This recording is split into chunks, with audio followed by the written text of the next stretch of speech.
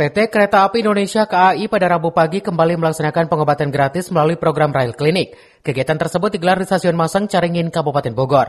Lebih dari 400 pasien warga setempat terlihat ikut mengantre mendapatkan layanan kesehatan.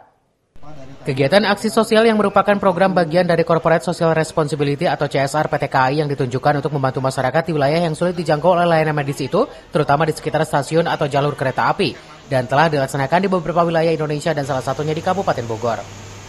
Sebanyak 400 pasien yang menerima layanan kesehatan gratis ini termasuk pemeriksaan spesialisasi seperti objin, kesehatan gigi, mata, dan layanan kesehatan umum lainnya. Selain itu, PT KAI juga memberikan 125 kacamata gratis kepada siswa sekolah dasar yang telah melalui pemeriksaan mata. Baru. Jadi enak kan? Enak, lebih jelas. Tadinya apa? Tadinya Gitu, burem. buat baca susah. Susah jadi nggak jelas. Itu nggak ada. Oke, aku tanya itu ya.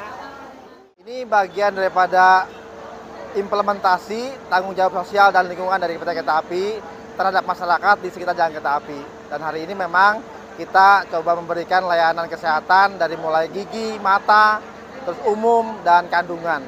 Selain itu kita memberikan juga sembako dan alat olahraga untuk teman-teman serta kacamata untuk siswi sekolah dasar. Dengan adanya program ini, PT KAI berharap dapat terus berkontribusi dalam peningkatan kualitas hidup masyarakat Indonesia, khususnya yang berada di wilayah-wilayah yang sulit terjangkau.